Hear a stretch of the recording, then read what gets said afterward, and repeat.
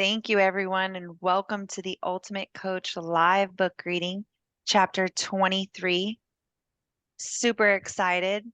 Would recommend everybody to fasten your seatbelts because this will be an extraordinary ride that we will experience today of transformation and of our beings. So at this time, I would love to pass it over to my beautiful co-host, Miss Emma Edwards. Thank you very much, beautiful and powerful leader of ours. And welcome everyone to the Ultimate Coach book reading event in community. It's absolutely wonderful to see all your beautiful faces here and to be present together. Before we get started, I would love to just take a moment to acknowledge the incredible and inspiring Amy Hardison and Alan D. Thompson for their magnificent commitment in creating this book of being that has brought us all here today. The Book of Being continues to plant seeds internationally around being, and it's creating an impact and ripple effect for those willing to read this book about themselves. Here we are to read chapter 23. Fasten your seatbelts with our guest reader, Kusudi. Kusudi, thank you so much for saying yes to reading today. We are overjoyed and honored to have you with us today to read this chapter 23. Thanks for having me. Wonderful. Oh, so excited. So here we are in this co-creative space to have a deeper experience and exploration into our being. And as we begin today, I'd love to invite everyone just to get very present, to drop into your heart space. So come down from the head and into the heart. And I would invite you to consider what you would love to create from being here today. What would you love to create in this co-creative experience? And if you're willing, I'd love you to drop it in the chat. What would you love to create today? Maybe it's connection. Maybe it's community. Maybe it's courage. Being seen, being heard. Connection. Magic. I love that. Inspiration, expansion, adventure. Beautiful. Love. Harmony. Slowing down. Insight. Possibility. Wonderful. Thank you so much for sharing. So if you're willing to stay with me for one more question, staying with the heart, staying with the present moment and thinking about that creation, where we're going today, what you're creating with your experience today. And bearing in mind that this is a safe space for us to really share and dig into our being. Consider that creation, that end result, and then have a look and see what possibly could be in the way. What's in the way of that possibility for you, for that creation for you? And if you're willing to share that in this space, what I have found personally is when we're willing to show our vulnerabilities and when we're willing to show in a shared experience what's in the way for us, we can see that actually it's all very similar. And when we call our shadow into the light, that's where it just dissolves into nothing. So if you're willing, what's in the way? Looking good. Yeah, absolutely. I can resonate with that. Distractions and insecurities, I can relate to that fully. The stories we create through fear, rushing, stepping out of self-care routine after the winter virus, what others might say, rushing. And I would invite you to just look through this and see where it resonates with you as well. And know that we're all in this together. We're holding a safe space together. And this is our space for transformation and for transmutation of these ways of being that are less useful for us. So thank you. Stories, being present when I have so much to do. Transmutation, yes, yes. So I really appreciate everyone's courage and vulnerability and sharing. And I want to take a moment to acknowledge each and every one of you for being here today and for sharing your presence in this space. It's incredibly valued. You are valued, you are seen, and you are held in this space, and we are all holding each other. And just to take a little moment to acknowledge the power of acknowledgements. We love to acknowledge people, right? It's a really beautiful and powerful thing to do for each other. And in this space, what we would love to invite you into is the exploration of yourself.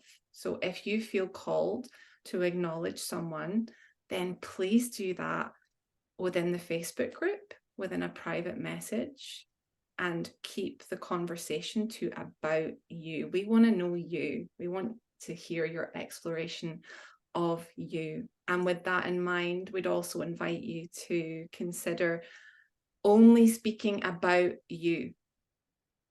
This is where the transformation happens. When we start to talk about other and what we assume another person's experience is, we're taking the power away from that gold, from that opportunity for transmutation. So with all of that in mind, we request that when you read about you. When you listen about you. And when you share about you. Thank you very much. I shall pass it over to the beautiful Olga, who will be moderator too for us this morning, afternoon, evening, wherever you are in the world. Thank you very much. Thank you, Emma, and welcome again. Welcome everybody who is present here. Thank you so much for your being and for your presence here. We are so happy that you are joining us, and our desire is, as the thesis theme is, for you to have the most incredible transformation that you can possibly create for yourself while being in this space. And I also would like to welcome today our guest and our reader Kasudi. Kasudi, we are so grateful for you. We are shouting for you. This is going to be really incredible. Those of you who know Kasudi, you know what I'm talking about. Those of you who don't, you need to know to get to this guy. This guy is 29 years old, and he has been creating an impact globally. He's just absolutely an incredible human being, and we are so grateful for his time today to be with us and be the reader of the chapter 23. And so, to those of you who are in attendance, I would like to see if you have a physical copy with you. And if you have it, can we see it? Yes, that's awesome. Very good. Excellent. You can just turn also camera on if you feel comfortable so that we can see if you have the book. So that's awesome because we'll need it, right? And if it's also your very first time joining us, please, I would like you to raise your hand. We would like to especially acknowledge you if you are the very first time or you have not been here for a while and you are coming back. Can you raise your arm, please? Beautiful. Ralph, awesome. Yes, awesome. That's great. We are so happy to have you here. Anybody else who have not been here like for a couple of months, maybe? Can you raise your arm? Okay, I have Alex. Beautiful, excellent, wonderful. So what I would like to just do now, moving forward into the chapter, what we will do is I would like to pick two people who would be reading the back of the book first, and then the very first opening of the book that it's called Before You Begin chapter, and then we would go to reading chapter 23. Now, I really would love to see if actually, Ralph and Alex could take on a role of those readers, because they haven't been here for a while. Could you give me just thumbs up, you two guys, if you would be open to that, to do this? Okay, Ralph is good and Alex is good. Beautiful. So Alex, would you be so kind, and when I tell you, you would be reading the back of the book, and then Ralph, I would like you to read Before You Begin. Does it sound cool? Beautiful. I think that Alex should step away maybe to get, her book, it sounds like. Okay. So what we will do is we will just, go in a flow that Alex, she's going to start with the back of the book. And then we will have Ralph reading Before We Begin. And Kasudi, from there, you take it on. You will just kind of, read the chapter, okay? And then after we are done, I will continue to just kind of help us to have a space to share, okay? So, Alex, if you are ready, Yes, beautiful. Just, you can start. And also, I would like all of you to know that as you are going to listen what Alex is going to read, and also Ralph, just think that there are a few questions there in the back of the book, right? And I want today for you maybe create an intention to see which of the questions comes to you today really very present, and see if you can then listen from that space, the chapter that Kasudi is going to read. Because I know that you will have probably really an incredible sharing here in the group, and you can really create absolutely an incredible transformation. And it's the same thing, while we are going to read Before We Begin, because there are questions there as well. So there is an intention. What is the question I am supposed to ask myself today? And with that, I would like to just go to Alex. Go ahead and start reading the back of the book. I'm reading this as Steve Hodgson. Dear potential reader, as you may have noticed, there are no testimonials on the back cover of this book, imploring you to read it. I vetoed that. The only testimonial I'm interested in is the one that you will have from reading and experiencing this book. Please do not read this book about me. Read this book about you. Read it about being. As you read, ask yourself, who would I need to be a more loving person? Who would I need to be a more effective parent? Who would I need to be to create a level of confidence that is remarkable? Who would I need to be at peace with who I am? Who would I need to be fully in love with myself and my life? Who would I need to live the most extraordinary life I can live?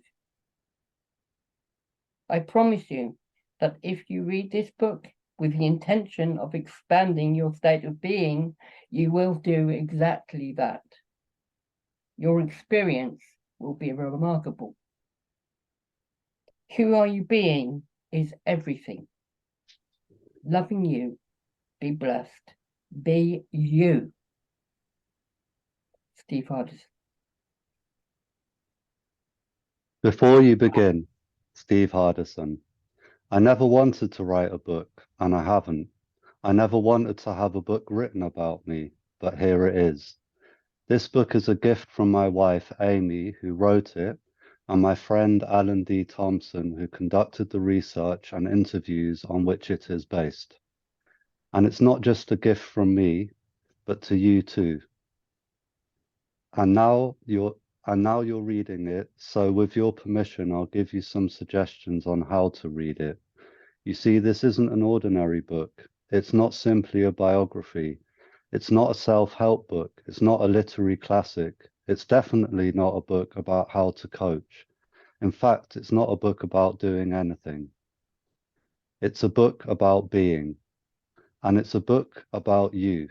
To access this book, ask yourself these questions as you read. Who am I being as a partner, parent, or friend? Who am I being as a leader? Who am I being as a member of my community? Who would I need to be to have miracles show up in my daily life? Who would I need to be to create value in the work I do? Who would I need to be to generate a life of abundance? Who would I need to be to alter my relationship with fear? Who would I need to be at peace with my past? Who would I need to be to step powerfully into my future?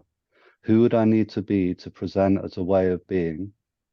Who would I need to be to live with the most extraordinary, to live the most extraordinary life I can live? Who would I need to be to know that my life makes a difference? Who would I need to be fully in love with myself and my life? Who would I need to be to improve my relationships with the most important people in my life? Who would I need to be to read The Ultimate Coach and have a personal breakthrough in being wonderful me? The best part about this book is about you, is that it is endless. The story goes on and it's written by your being. Loving you, be blessed, be you, Steve Hardison. Chapter 23, Fasten Your Seatbelt. On his webpage, Steve says his coaching is not for the faint of heart. This is a gross understatement. Bring your seatbelt. Scott Parker. Dave Orton first heard of Steve in 2011. 2 years later, he was driving up to his house to meet him for the first time.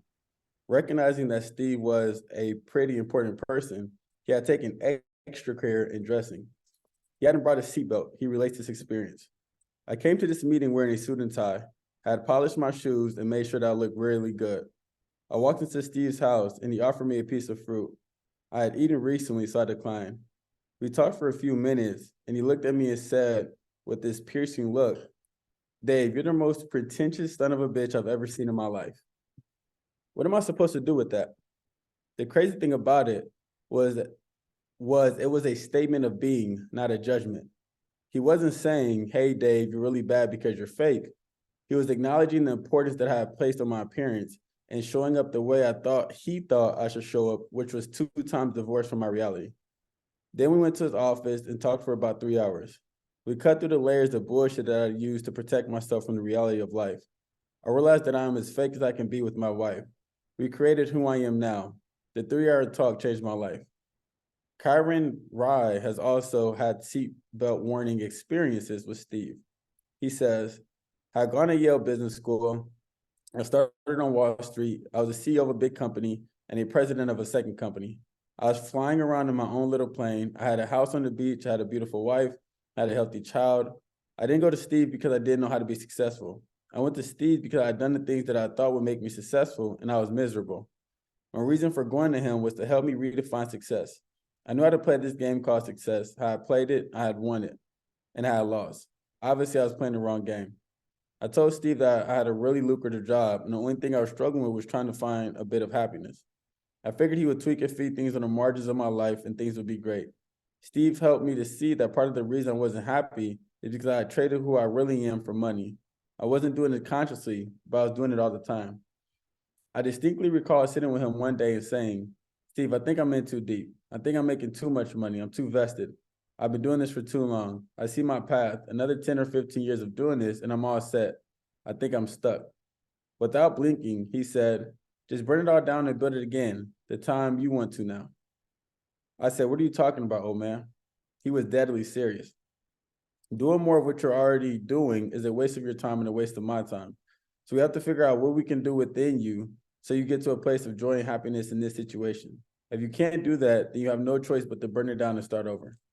My homework assignment for the next month was to sit in solitude and silence and do the work to figure out if I was going to make the internal adjustments or build something from scratch on an ethos I believe in. After a month of deep introspection, I knew what I had to do. I burnt it down. That was the genesis of Asgard. We're 3 years in, and our company, Asgard, is doing great. We have 2 portfolio companies that we own directly, a third one that we own in partnership, and a fourth one that we're just getting ready to buy right now. All the businesses are doing well. We're here on this planet for a very short time, a very, very short time. I spend 6, 8, 10, 12 hours a day at work, and they're completely integral to who I am. I don't have the mental bifurcation of this is why I'm at work, and this is why I'm at home. This is why I'm at home.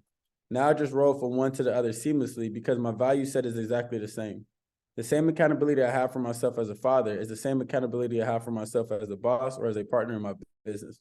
Most people don't get that, and they don't realize what a superpower that really is. It has been a beautiful journey, and Steve gets all the credit for that. Life-altering coaching doesn't have to be grand. It might show up as ordinary. Lisa Hasha had known Steve for almost 2 decades when the time was right to hire him as her coach.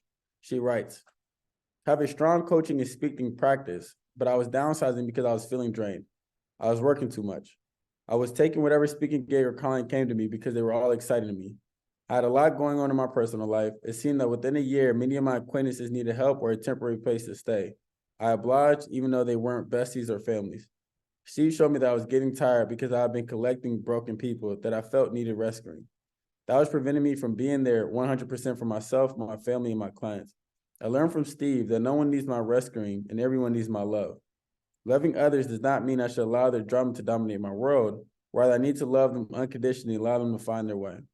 I learned that my energy was being drained by not setting proper boundaries. Now my boundaries are strong. This shifted my whole world. I can think, listen, and create for my higher self again. I feel I have a control of each day, and I'm not a poor toy anymore. Dropping everything anytime my phone rings. I have time to take action on things that bring me joy. My creativity has skyrocketed, and I'm out of my slump.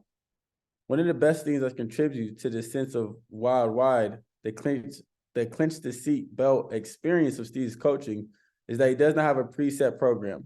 He does not have 5 or 6 different coaching programs, one for business, one for personal, one for relationship, one for dreams.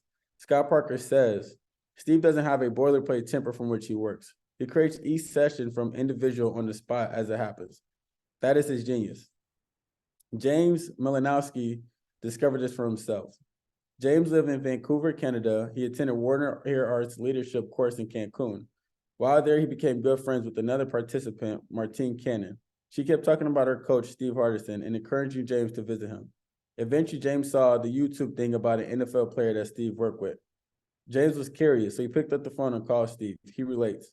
The first live conversation was when he really grabbed me. I don't know what it was. He just had this real pure straight talk. It was like it was coming in me or right through me. It was coming from his heart to mine. So I hopped on a plane and flew to Phoenix for the day. I went to his house and we got started. He didn't mess around. He just got right into it, right there. There was no beating around the bush. I thought, this guy's wild. The way he was talking was really intense, too. When you're sitting on the couch across from him, there's no hiding. He's reading right through you. There's no bullshit. It's like he's pulling you apart within 10 minutes. He was so intense. We were at the end of the session, and he said, come with me. While we walked across the street, he explained he was going to introduce me to his neighbor, Ruth Collins, the founder and president of Arizona Brain Foods. Steve told me to donate whatever I wanted, a little bit or whatever. It's up to me. I have a feeling that this was completely spontaneous. No script. I get the sense that when something comes to his mind, he has no hesitation. He just goes with it. When the woman opened the door, he said, how about God, I might like to donate to your charity. She explained to me that some of the kids in the city don't eat on weekends. They get 1 free meal a day at school, but they don't get any help on the weekends. She and her husband set up this program to help. It really moved me, and the next thing I know, I was reaching into my pocket and handing her all the money I had. She was shocked. I remember the one thing Steve said to her was, "Now you know what I do."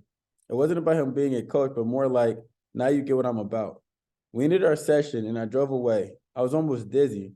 My mind was spinning with everything that had happened. These roles was the universe, right? I'm so grateful that he introduced me to this woman, her charity. Helping these kids made me feel amazing. I think it was enough money to feed them lunch for quite a long time. It really taught me that people get too caught up in the grind and in possessions and they miss opportunities for helping people. It was a pretty unbelievable day. From start to finish, James' coaching was not what he expected. He walked away in a high. Manny Leto didn't experience what she expected either. She wasn't quite excited, she writes. As a kid, I learned that getting love in my family came through winning and getting gold stars. My dad pushed me relentlessly to achieve. When I did, I was a good girl. He would pick me up and spin me around. And when I didn't, I got the message that I was a disappointment. To say we had a challenging relationship is putting it mildly. Being a super achiever actually served me in many ways. I moved from Canada to the UK to get my PhD at Cambridge University. After that, I went into investment banking in London and had a successful career. Then everything started falling apart. I blew through 2 marriages. I was a single mom in this crazy job with a young son. My body refused to continue with my punishing work schedule, and eventually I was diagnosed with severe adrenal fatigue and fibromyalgia. I was in bed for about a year, unable to do much. All the while, my sense of worth was rapidly deplenishing. If I couldn't be the overachiever, what else was the point of me? Alongside my medical support, I hired a coach who suggested that I needed to change my relationship with achieving. I wouldn't heal if I kept overworking every time I felt a bit better. All the subsequent coaches, healers, and helpers I hired said the same thing. Do less, be more. Great, I thought. Give me a 10-step plan on how to achieve that. I went to expert after expert seeking insight. I did naked dancing. I went to a wild woman retreat. I conversed with my vagina. I sat on a mountainside with a shaman. I had tantric healing. I read hundreds of books. I journaled, meditated, and chanted mantras. And though I did these things as perfectly as I could, Domi was nowhere to be seen. At the end of my tether, I sought out the ultimate coach. He know the answer. I flew 12 hours to sit in Steve Hardison's presence. Would this finally work to calm my nerves? I wrote some notes and questions on the plane, things I wanted an action plan for. I hope Steve will clap his hand and say, here's what we're going to do. Instead, he listened and listened and listened. I explained how my body had abandoned me, how all things jagged memories and messy emotions were bubbling up. Not convenient at all. Worst of all, I felt weak and pathetic. I didn't know who I was anymore. I sat desperate. Could he help get the old me back? Stat. Steve sat there looking radiant, holding my gaze with his swimming pool blue eyes. He was silent for a while, pensive. Finally, he smiled and leaned forward. This was going to be it, the wisdom I come for. I thought to take out my notepad. Nobody's coming, Mandy. We save ourselves. I deflated, then screamed inside of my head. Isn't that what I'm doing? He talked some more, but there was no 10-step plan, just encouragement to forgive my dead father and be self-compassionate. That was my takeaway. Totally disappointing. But ever the good girl, I smiled and said, thank you. On the plane home, I mulled over our conversation. What would be possible for me if I didn't have to be so damn angry with my dead father anymore? What if I stopped looking for someone to fix me and I trusted that I had everything I needed within? What if I didn't have to work myself to death to earn my worth as a human? What if I was enough just being me? My big aha in the weeks after seeing Steve was that I didn't trust myself. Not to heal, not to be with my emotions, not to be lovable if I wasn't perfect. I thought of something Steve has said. If you line me up with everyone else in the room, I'm not the smartest guy. I might even be the dumbest one. It occurred to me that his being was what made him such a joy to be around. It was the quality of his presence, his radiance, his deep listening. It was about the connection that his being makes possible. He was so lovingly accepting of his own limitations. There are no diplomas or gold stars for that. Let's try this, I thought. I had nothing to lose. I stopped looking for people to fix me. I trusted that I had everything I needed within, even if I felt wobbly and uncertain. Courage, I discovered, doesn't always roar. I stopped hustling to try to impress people. I was less of a jerk to myself. I wrote a letter of forgiveness to myself from my dead dad. Then I wrote one to him. I cried till I felt empty. I took walks in the forest, slept, cooked good food, read for pleasure, did nothing. Steve Hardison made me realize that no one was coming, especially not the old me. She was gone for good. I could be softer now, more fun. I could ask for help or say no, or let somebody else win. I didn't have to be the best. I could just be, which was best for me. And funny enough, work still gets done. Thank you, Steve, for lovingly refusing to give me what I wanted. Thank you for not saving me, because the exquisiteness of saving myself was precisely the growth I needed. When Dr. Alan D. Thompson interviewed Iyanla Vanzant for his book, she shared her seatbelt moment. Because Alan is from Australia, Iyanla included some background information that might elude global readers. She says, "Let me tell you something so we can be very clear. I'm a Black woman out of the belly of Brooklyn. I don't know if you know about Brooklyn. If you're Black, Brooklyn is a space you want to come from, either Brooklyn or Chicago. They got Black people all over, but Brooklyn, Harlem, Chicago, these are the places to come from. Steve Hardison is a very tall white man. I think you may have noticed that. My encounters with him caused the slave chains of my ancestors to rattle in me because he represents everything I taught to be afraid of. He's male, he's white, he's big. He looks you in your eyes when he's speaking to you. You have to understand, my grandmother was a Native American raised in the South. Even though I had a college degree and a law degree, I was not to look at a white man. And I was terrified that Steve Hardison wouldn't let me speak to him unless I looked him in his eyes. So when I met Steve Hardison, I was very clear that we were going to heal something. One of the things I'm sure you know is that Steve is masterful at affirming people. He was so authentic. Steve Hardison would say to me, "You are powerful, you are masterful, you are gifted." Every time this big white man would say something to me like, "You are powerful," it would take me about 3 weeks to process that because my ancestral slave chain and my Native American bloodline could not receive that from a white man. As smart as I was, as accomplished as I was, he was accessing a cellular memory.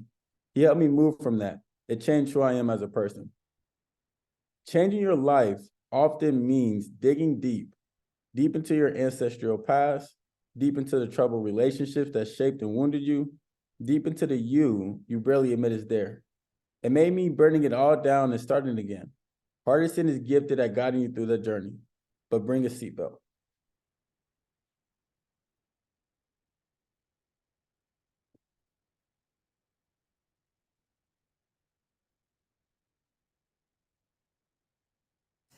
Kaya, you're muted. I see you talking.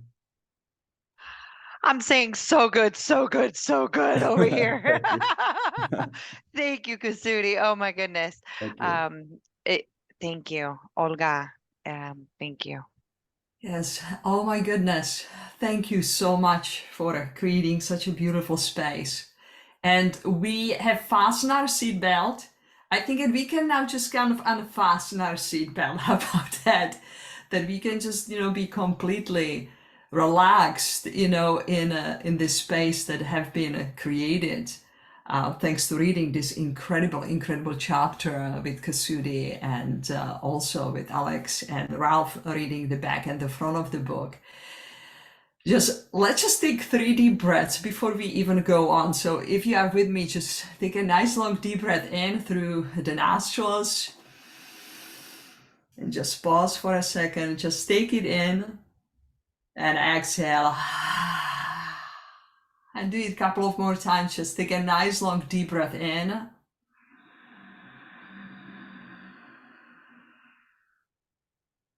And out. Just one more time. Take a nice long deep breath in.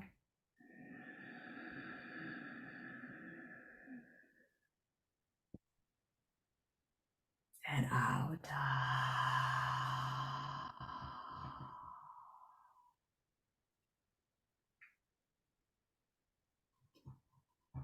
So I really would love now to do something a little bit just in a different way that we normally do. And it's because also Kasudi, he has some responsibilities that he needs to attend today.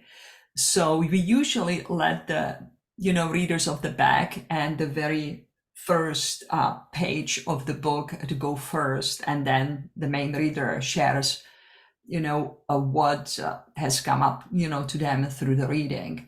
But we will just reverse it. So what we will do now, I would love to ask you, Kasudi, beautiful Kasudi, I just would like to just kind of ask you what has come up for you as you were reading this about yourself. We would love to just, read. We would like to just, hear your heart, whatever you Yeah. have to share. Yeah. So what came up for me was reading Iyanla's Van Zet, her experience. I kind of have the same similar experience when I first worked with Steve. It's like, here's this big, tall white man telling me these things about myself, really affirming me and saying things to me that is like edged in my mind I can never forget. And it took me a minute to grasp it. It would have been well received if he was a Black man, but because he was white, it took me a minute to fully grasp it. It took me a minute to fully accept it. Like, is he just saying this to puff me up? But the thing that made me want to work with Steve is because in the first minute he said something, and the thing that he said in his saying it, he saw me how I saw myself. People may say, "Oh, Kasudi, you're going to do great things in this world and everything," and I really appreciate that. But I saw my spirit as something way more deeper. I saw who I am as something way more deeper, and my impact as something way more deeper. And he saw me as I saw myself. And the things that he told me and he shared with me in that conversation, it took me a minute. It did take me a minute to grasp onto it, because I never had like a strong Black man in my life growing up. I didn't have my father, and I didn't have a lot of mentors and everything. Throughout the time, a lot of my history, a lot of my mentors have been middle-aged white men. My mentor before him was the same. But my mentor before him was more like business. It wasn't personal development. So this is my first time that somebody is affirming and saying the things to me that is like my spirit has been speaking to me the whole time. And it took some grasping with, right? It's like when Iyanla Vanzant says that she could feel the chakras of her ancestors rattling within her, right? It did take that. But what it opened up was a lot of healing, and it opened up a perspective for me as well, is to that you could just love all people and not be blinded by the physicalness of it. And one thing that Steve is he's not blinded by the physical of it. And he would say, Kasudi, I can never fully grasp what it's like to be Black in America. So I'm not here to fully grasp it, but I hear is more so, and this like paraphrasing, this is my own experience of it, right?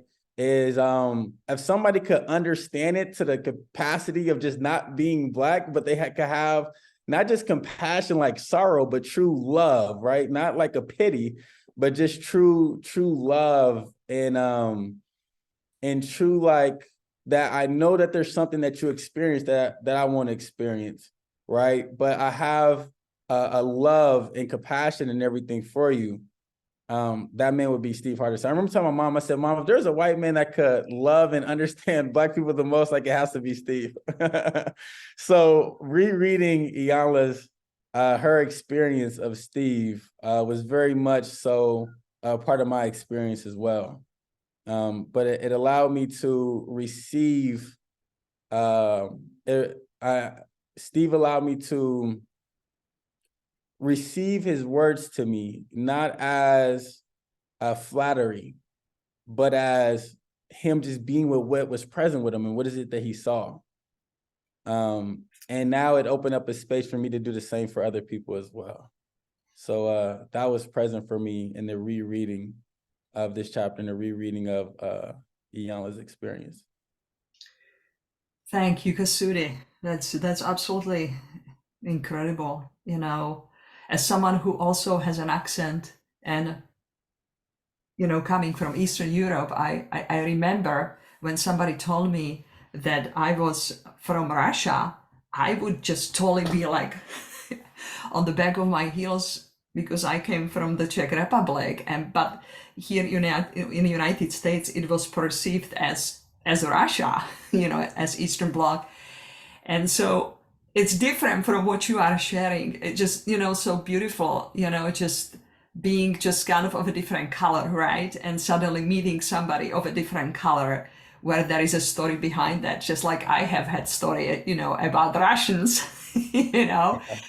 and it's just so beautiful. Just, what you are sharing, what has come up to me is, when we have the courage really just kind of, drop down and listen really from that place of unconditional love, what kind of actually transformation can truly happen, even though this is something that all of us, we know that everything is, about love in life, and I just, I loved what you have shared, all the way at the end, that, it has had an impact of you understanding that just that's the way I want to serve and listen to other people from that place of complete unconditional love that can take the glass, of, all the stories and beliefs that we have, it's just so beautiful. Thank you so much. And thank you so much for being with us today. And I want you to stay as long as you wish, as you can. We understand that you have to leave, in some time, so we just honor that, And so when you disappeared, we know that you disappeared to some better and wonderful, just kind of other things that you need to do. Okay, so thank you so much for sharing that. And I would like now to Thank you. invite Alex, if you would be so very, very kind and tell us what has come up to you as you were reading the back of the book and also, listening to chapter 23.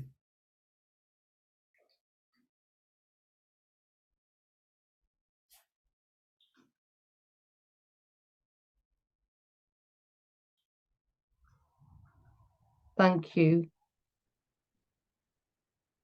Can you hear me now?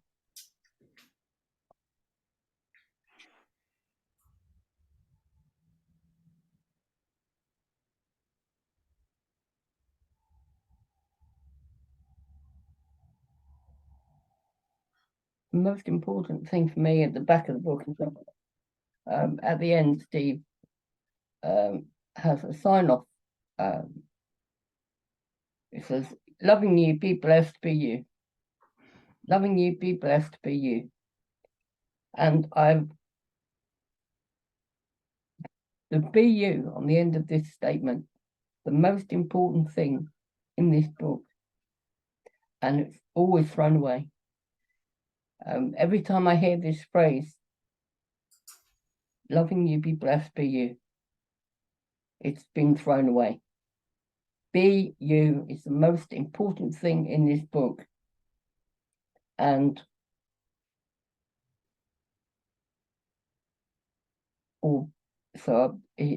being me, I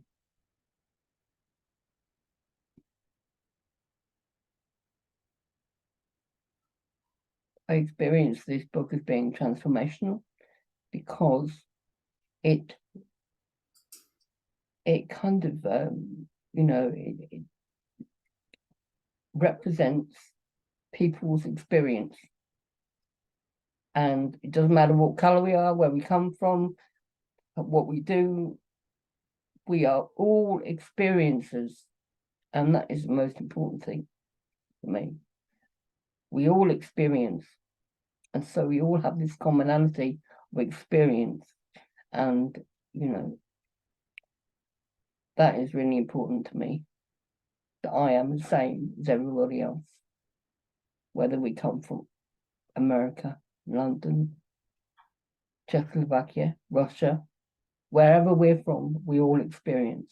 And I learned this when I was working in crisis intervention, and I had a woman in my presence who had experienced torture.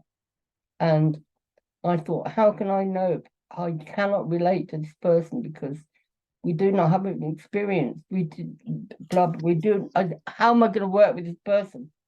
And then I realized that we all experience. So that made the connection between me and the person in front of me, because we all experience. And so we had a commonality. We all have this commonality that embraces each other. We embrace that experiencing. So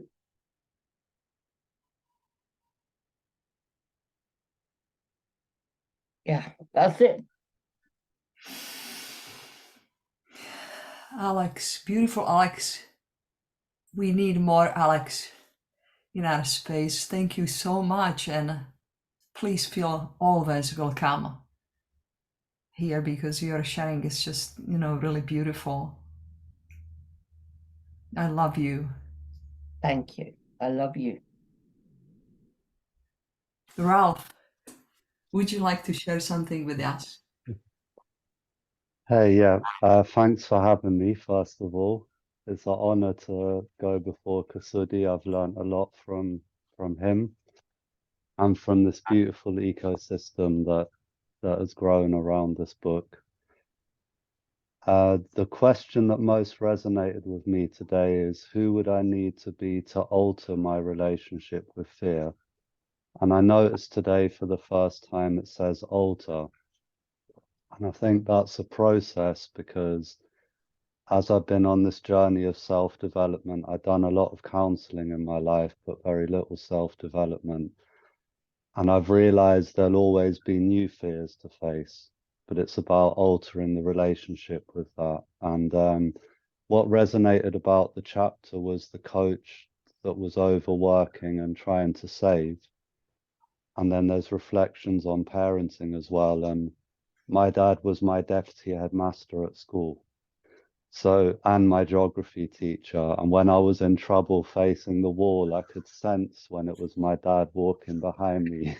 So I was caught in this big machination of, my fellow, his colleagues lived on my street. We lived in Germany. It was a very closed community.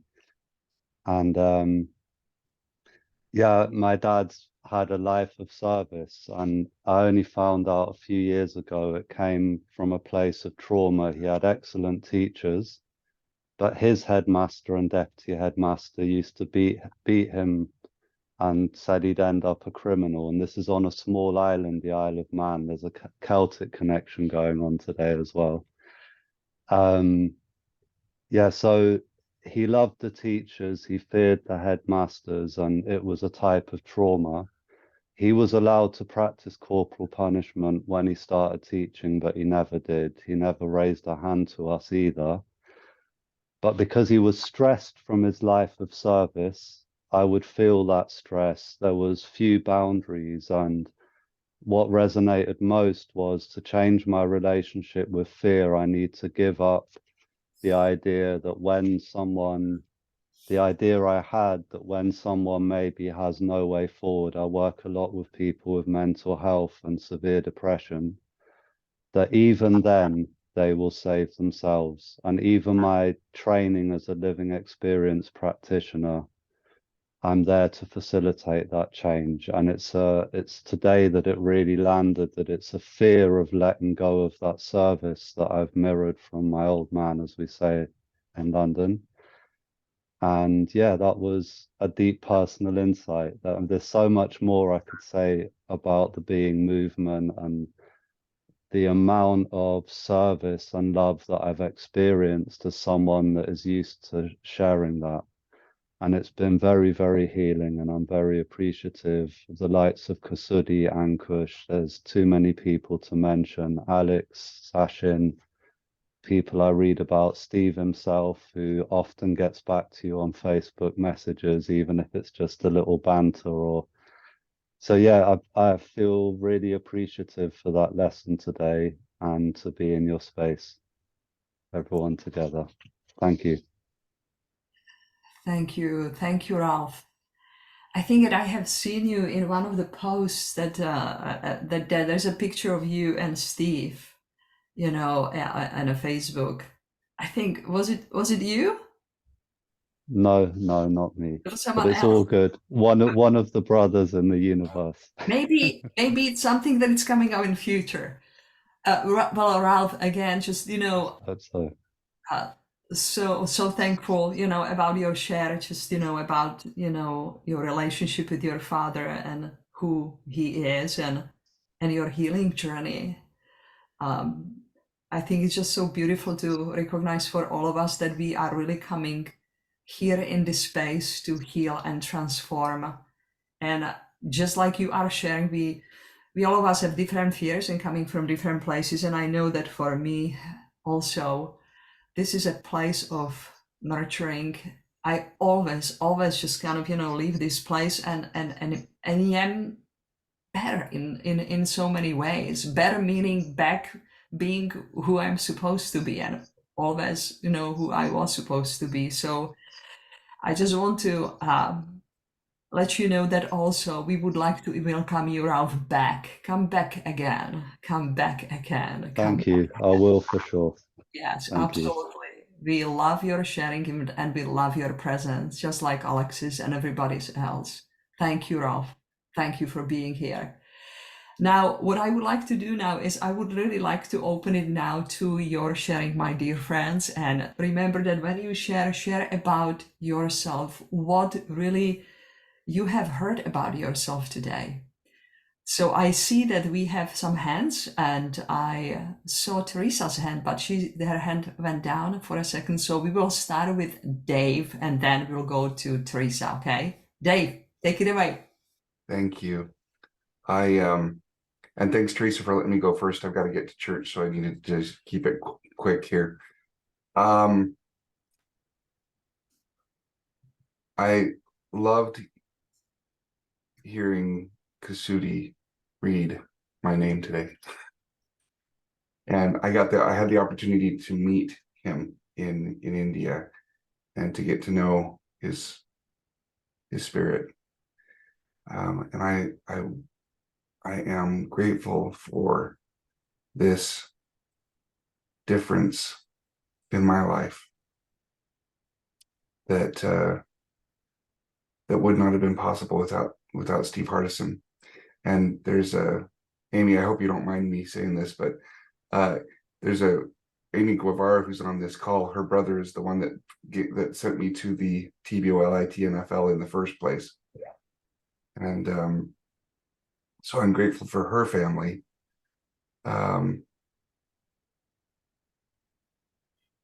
And because without certain people, you know, each life that touches ours for good makes a difference that is undeniable. And I so appreciate all of everyone that has been that for me.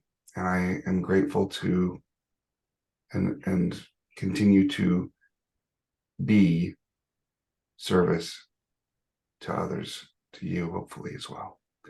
I'm loving you guys, and I am really having struggles with not acknowledging people. So I'm going to stop talking now, and I love you, and I'm going to head to church. Bye-bye. Thank you, Dave, the king of acknowledgement. We love you so much. We love you so much. And it's always wonderful to kind of, you know, feel and see your presence and your commitment to yourself and to anyone you serve. Thank you so much, and have a blessed church. Have a good one. Teresa, you know, I don't know if you know, guys, but Teresa, she's Steve's brother. So it's wonderful to have actually someone from the family, right? From the Steve's family. So Teresa, feel free to go ahead and share. Well, Olga, there's no transgendering happening here. Steve is my brother. So I want to share a part of me with Kasudi's as well. His quote of love all people and not be blinded by the physicalness of it. boy, if you could take one phrase and capsule it, I am going to keep that. I may even go so far as to make a sampler out of it, because those few words say how I feel when I look at people. That he could put it in such a concise form is really cool. But for me, from this chapter, the aspect of it, the we save ourselves aspects, I have been a Mandy Leto in my life. And on the page, and I'll tell you how I have been her. I stopped looking for people to fix me. I trusted that I had everything that I needed within. Courage, I discovered, doesn't always roar. I stopped hustling to impress people. I was less of a jerk to myself. Letters of forgiveness from myself to my dad. I wrote one to him. I cried till I was empty. I could be softer now, more fun. I didn't have to be the best. I could just be. The exquisiteness of saving myself. I had 3 beautiful examples that helped me along the way. A lot of times grandparents are the example to their grandchildren. In this instance, I have lost beautiful lives, 3 beautiful lives, Taylor, Alyssa, and Ellie. They're not really lost. They're with me all the time, but they're just not here physically. And each of them left this grandmother a legacy as she was striving. For Taylor, he taught me to just let things be what they are. For Alyssa, she taught me resilience in despair. And my beautiful Ellie left me with an understanding that joy is a choice. So from this book, this particular area is very, very sensitive to me.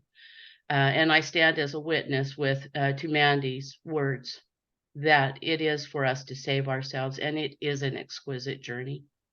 Thank you very much. Thank you for this forum, for all that you do to come here and be a part of this.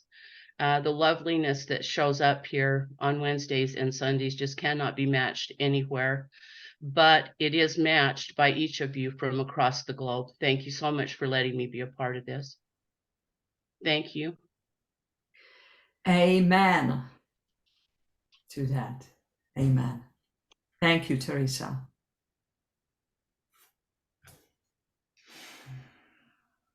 I just would like to soak it in. There is just nothing that needs to be said. Thank you so much. So profound. We love you so much, Teresa. I know you feel it. Kathleen Putta. Beautiful Kathleen. Could you share with us? Thank you. Yes. From what Kasudi was saying about Ayanna Van Zant's experience with Steve, I felt, being a white person, I felt a lot of similarity in that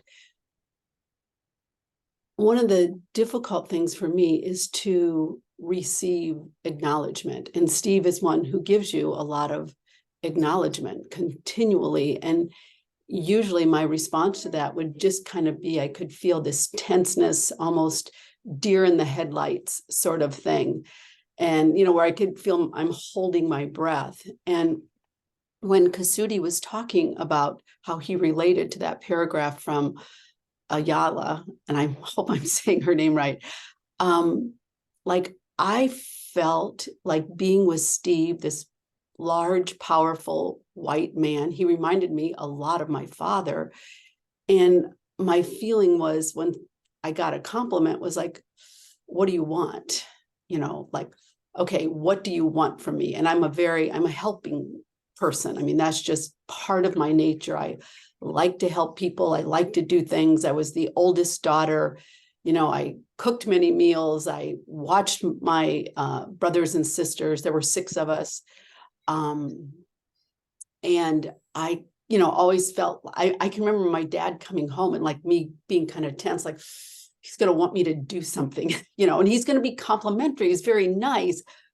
But then there was always, and can you get my shoes? Can you polish them? And so I feel like there's like something like that when I receive a compliment. Okay, what do you want me to do? What do you want? What do you need? So I just appreciate it being read. I appreciate Kasuti's insight to himself. And I feel like that brought out some type of understanding for me of why it's hard to accept acknowledgements.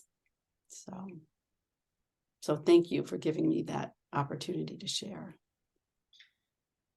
Thank you. Thank you, Kathleen. If I may ask you just, how did it shift for you? Because I know that you have been coaching, with Steve. How did it change for you internally this, what do you want? Because that was something that just, has come from the past, right? And as you got the acknowledgement, from Steve, and there was initially this question, what do I want? How did it change for you, if you would be so kind to share? Well, I really started, like, we were talking about acknowledgement just 2 weeks ago. And so I just began myself acknowledging more people, letting people, if someone acknowledged me, like a parent came up to me where I teach and said, hey, we wanted you to know when we signed Leo up for your after school class, and he was so excited. He was jumping up and down. And normally I'd say, oh, that's great. I'm glad he's going to be in it. But I said, wow, that means so much to me. I'm going to take that with me all day. I'm just going to think about how excited he was. That really means a lot. Thank you for sharing that. Like, I just will expel on things a little bit more. So I've been working on that aspect of being acknowledged, and also acknowledging other people with more depth of what I appreciate about them. But it was really, Olga, just kind of like right now, as I heard Kasuti say that and relate it to the reading in the book, where it's like, oh, that's a piece for me too. There's a fear that when someone says something to me nice, that they want something back, and it makes me tense up.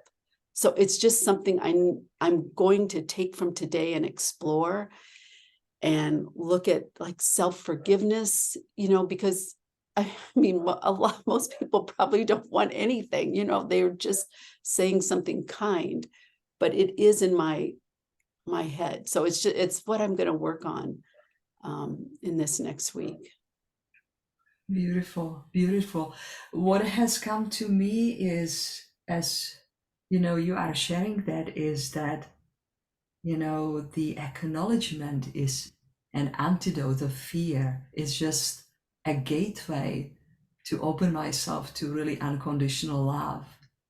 Because as I have been practicing the acknowledgement, I see that my heart opens to other people in a different way, that that I'm capable to see things that I was not able to see before. It's almost like take some certain layers of the fear of discomfort, thinking I'm going to say something wrong, and really open up to the unconditional love that it's there. That's what just, as you are sharing, that's what I have, learned for myself.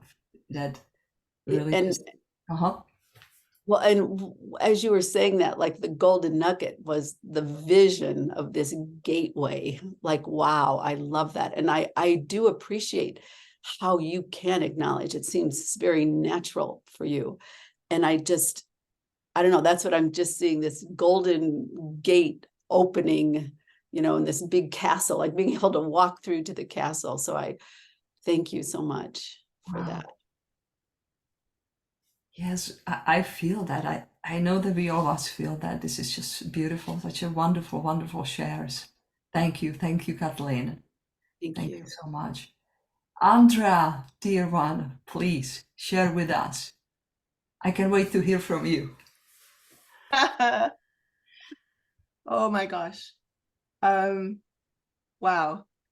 Thank you for all being here. And I have a couple of things. No one's coming to save you. that statement, yeah, that really hit home. It's on me. I'm responsible. I'm creating everything. So if I don't like it, I get to burn it down and create something new. So I heard that, and actually I posted yesterday this picture of my second ever snow angel. You know how when it snows, I don't know if you, we only get snow like twice a year here in Vancouver, and it snowed last year, and I got this intuition to go out and have fun. And so I did a snow angel and had fun. And above, like, I had someone take a picture because I wanted someone to, I wanted to remember it. And yeah, there was this beautiful light, like right there on that spot. And it was like, yeah, you need to trust what you hear, and you're it. And so yeah, that was no one's coming to save you. I'm it. And the other thing I wanted to, I was vacuuming the house yesterday. I was waiting to connect with actually Kathleen, and it wasn't doing anything. And I turned it around, and it was like all jammed up, and it was like this huge metaphor for my life. I just ignored it and was just going through the motions, but it wasn't effective. I was stuck. It was like a metaphor for being stuck, like Karan said in the book. You know, I think I'm stuck. I've been doing this too long. I've been, you know, so like stuck thinking. And so I was like, well, it's obvious. It's so obvious. I turned it around, and it was all jammed up with hair and cat hair and everything. So I removed it and I cleaned it, and it became like this joyful therapeutic thing, cleaning out the crap and making it beautiful, my space beautiful, giving myself space and forgiving myself. And it just brought so much joy to clean that up. And I was like thinking, you know, also that's a metaphor, and my Google storage space is all full. So everything is full up. And so I need to let go and clear out, clean my space, and just put beautiful stuff there, beautiful, joyful stuff there. So and as the Quran said, life is really, really short. I also, last thing, I heard this Mary Oliver poem. What are you going to do with your one wild, precious life? That was in this movie Naiad. And so the quality time remaining, I'm now tracking the days I've lived. 57 years times 365 is 20,000 something. And then the quality time I have left, if I live to 88, is like 11,000 something days. So I'm gonna consciously like create just the joyful, good stuff. And like, it's thank you so much. This chapter was really beautiful. Thank you. Thank you, dear Andrea. Thank you for your sharing. We have about 4 minutes to just kind of the end of the official, reading. So we will try to, close at 11:15 to give my moderator number 3 just kind of things to wrap it up. But I just want you to know that you will have a chance. Anyone who wants to stay, please stay for Afterglow here, where we just kind of turn the recording off and even just kind of the cameras off, and it's time for a little bit more deeper sharing. So I would like to encourage all of you who feel that nudge. And with that, I would like to ask David to do his share. Well, if we believed everything we heard, we would think that it snowed a lot more in Canada and in Vancouver than it does. A couple of things. I'll try to be short. One is that the idea of no one can rescue yourself reverberated in my household, and a member of my household had a series of dreams about parts of themselves that they rescued metaphorically. That was quite profound in that person's life. But for me, I'm talking to you from Brooklyn. Brooklyn is in the house. And I went to school with a lot of people like Jan Van Zandt, but only one of them became her.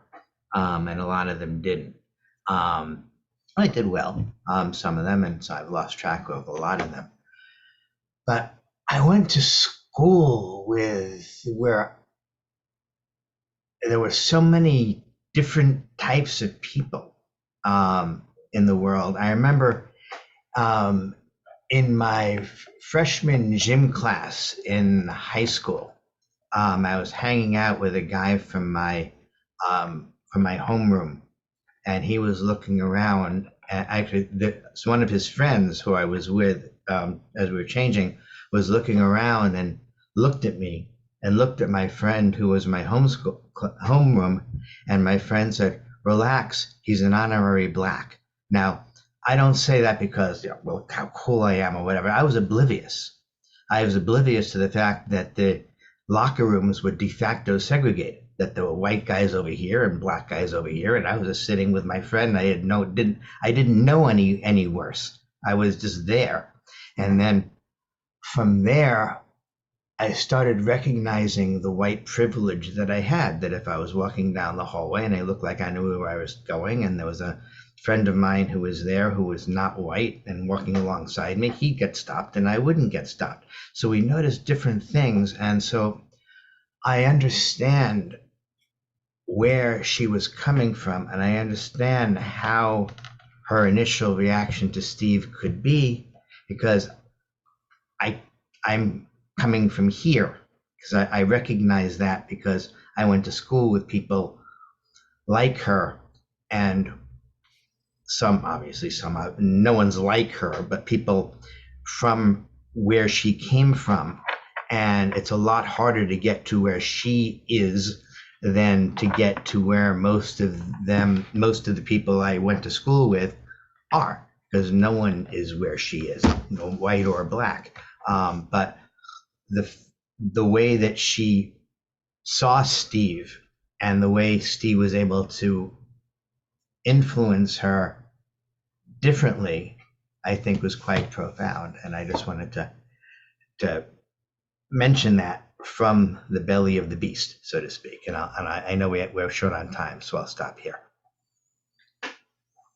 Thank you, David. Thank you for your sharing, and really thank you, everyone, for your presence. I want to acknowledge all of you. I haven't seen some people before, like Jackie Moses. So good to see you, Jackie, and Vanessa, and Nan. I haven't seen you for a while. Thank you so much, for joining us, and Wolfgang, of course.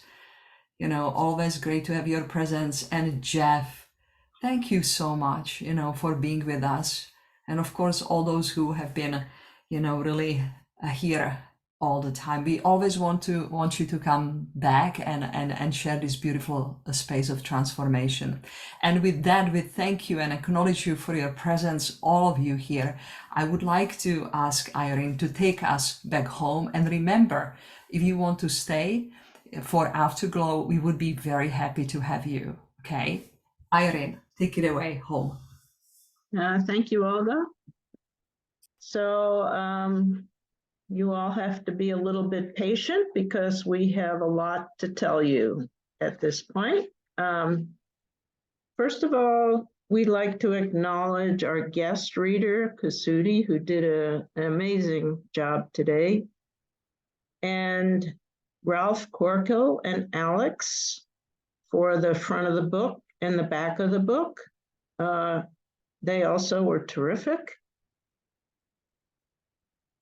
Emma, who was our moderator 1, and Olga, who was our moderator 2, and still is our moderator 2, and the entire team, season 4, for the Ultimate Coach.